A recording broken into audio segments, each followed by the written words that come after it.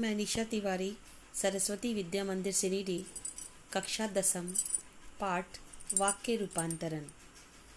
हम लोगों ने पाठ वाक्य पढ़ लिया है और वाक्य में सरल वाक्य, संयुक्त वाक्य और मिश्र वाक्य पढ़ा। वाक्य रूपांतरण भी हमने किया, सरल से संयुक्त, सरल से मिश्र। और आज पुनः हम लोग संयुक्त से सरल, अब उसका उसमें और उसका इसमें, तो इसको हम लोग देखेंगे। तो सबसे पहले हम लोग सरल वाक्य में देखते हैं कि सरल वाक्य में एक समापिका क्रिया होती है और संयुक्त वाक्य में दो स्वतंत्र उपवाक्य होते हैं। दोनों स्वतंत्र उपवाक्य समुच्चय बोधक अव्यय द्वारा आपस में जुड़े रहते हैं और वह समुच्चय बोधक अव्यय हैं और, या, अथवा, किंतु, परंतु, इसलिए, तथा इत्यादि। ये समुच्चय बोधक अव्यय हैं और इन दोनों, इसके माध्यम से ही, इनके सहारे से ही दो उपवाक्य आपस में जुड़े रहते हैं। तो जिसका हमने बनाया सरल वाक्य से संयुक्त वाक्य, लेकिन आज हम लोग पुनः संयुक्त वाक्य से सरल वाक्य की ओर वापस जाएंगे, क्योंकि कैसे करना है यह भी देखना है। तो इसमें है संयुक्त वाक्य है, यह सभी लिख चुके हैं लेकिन सृजिता अभी तक लिख रही है। अब ये वाक्य है, संयुक्त वाक्य है। अब हमने पहले आपको बताया कि संयुक्त वाक्य में समुच्चय बोधक अव्यय होते हैं। तो इस वाक्य में बच्चों कौन सा समुच्चय बोधक अव्यय है? लेकिन। और दो उपवाक्य हो गए हैं, सभी लिख चुके हैं, और दूसरा उपवाक्य है सृजिता अभी तक लिख रही है। हमने देखा कि दोनों ही उपवाक्य स्वतंत्र हैं और दोनों स्वतंत्र उपवाक्य समुच्चय बोधक अव्यय द्वारा आपस में जुड़े हैं। अब हमें क्या करना है? इसको सरल वाक्य में बनाना है। तो इसको सरल वाक्य में बनाने के लिए हमें क्या करना होगा?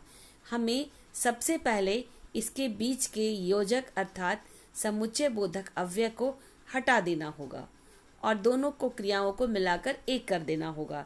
अब जैसे सभी के लिख चुकने पर भी सृजिता लिख रही है। हमेशा हमें एक बात का ध्यान रखना है कि जब भी हम वाक्य परिवर्तित करें, हमारे लिखने का ढंग बदल जाए परंतु अर्थ परिवर्तित ना हो। दूसरा, निधि रात भर पढ़ती है ताकि परीक्षा देने की तैयारी कर सके। अब इसमें ताकि है समुच्चय बोधक अव्यय, इसे हमें हटा देना है। निधि रात भर पढ़कर परीक्षा देने की तैयारी करती है।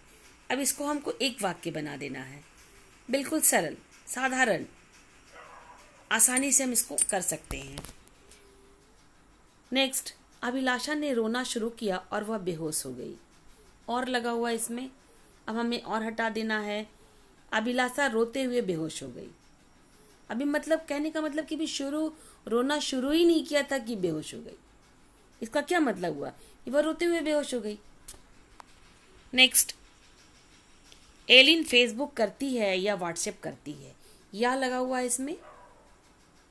तो इसमें हमें करना है एलिन फेसबुक या व्हाट्सएप करती है। अब देखना है हमें, देखो यहाँ पे दो शब्द थे, उसके बीच में हमने है लगा करके उसको दो भागों में बांट दिया था। एलिन फेसबुक करती है, दूसरा या व्हाट्सएप करती है। यहाँ दोनों क्रियाओं को अलग किया गया था, लेकिन अब हमें क्या करना है कि उनको मिलाकर एक कर देना है और या को हटा देना है। तो हमने यहाँ बनाया एलिन फेसबुक या व्हाट्सएप करती है। अब हम लोग आगे चलेंगे। श्रेयसी बीमार थी अतः स्कूल नहीं आई। अतः श्रेयसी बीमार होने के कारण स्कूल नहीं आई।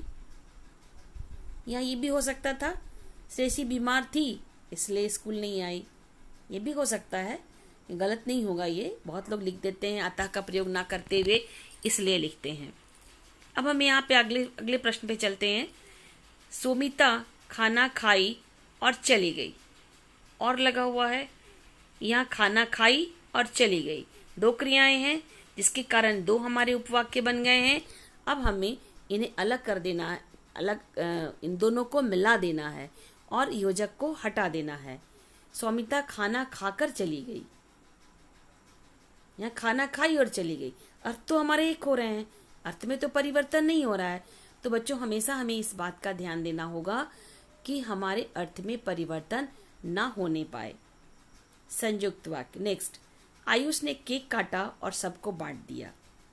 आयुष ने केक काटकर सबको बांट दिया। केक काटा और बांट दिया, और लगा हुआ था। फिर हम वही प्रक्रिया अपनाते हैं, और को हटा देते हैं और दोनों को मिला देते हैं। आयुष ने केक काटकर सबको बांट दिया। नेक्स्ट एग्जाम्पल, सीमा को खेलना भी अच्छा लगता है और सोना भी। तो यहाँ पर देखोगे कि दो क्रिया है, खेलना भी अच्छा लगता है और सोना भी। तो सीमा को खेलना और सोना अच्छा लगता है, क्योंकि तो एक वाक्य हो गया। क्योंकि अगर जब हम हाय लगा देते हैं तो दोनों अलग अलग हो जा रहे थे। नेक्स्ट, तुम्हारे बारे में सभी बच्चे जानते हैं और बड़े भी। तुम्हारे बारे में बच्चे और बड़े सभी जानते हैं। कितनी सरलता से हम लोग इसको बना ले रहे हैं। नेक्स्ट, उसके पास घड़ी तो थी किंतु ठीक नहीं थी। घड़ी तो थी उसके पास परंतु अच्छी नहीं थी। परंतु भी कर सकते हैं। उसके पास ठीक घड़ी नहीं थी। सीधे साधा। इसका क्या मतलब हुआ? इतना घुमा करके नहीं, सीधे सरल वाक्यों में। कहते हैं ना कि ज्यादा घुमा कर मत बोलो, एकदम सच्चे सीधे सीधे सीधे बोलो क्या कहना चाहते हो। किसी बात को हम लोग थोड़ा सा घुमा कर बोलते हैं, वही सरल और संयुक्त मिश्र हो जाता है, संयुक्त और मिश्र हो जाता है। तो बच्चों, यहाँ पर हम लोग बातचीत में कहते हैं ना, एकदम सीधे सीधे बोलो क्या कहना है, डायरेक्ट आओ पॉइंट पर। तो वही डायरेक्ट हम लोग पॉइंट पर सरल वाक्य में आ जाते हैं, सीधे सीधे कि क्या कहना है, क्या कहना चाहते हैं, एकदम उसको सरल भाषा में। यह हो जाता है हमारा संयुक्त वाक्य। तो बच्चों, इस तरह से हम लोग संयुक्त वाक्य से पुनः उसे सरल वाक्य में परिवर्तित करते हैं।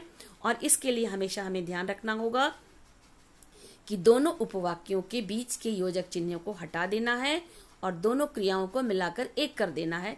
तब जाकर हमारा संयुक्त वाक्य से सरल वाक्य वापस हो जाएगा। तो इस तरह से हम लोग संयुक्त से सरल वाक्य बनाते हैं। बच्चों, अब अगला हम लोग फिर से अगले वीडियो में हम लोग इसका अभ्यास करेंगे। मैं कुछ अभ्यास दूंगी, अभ्यास करेंगे। धन्यवाद।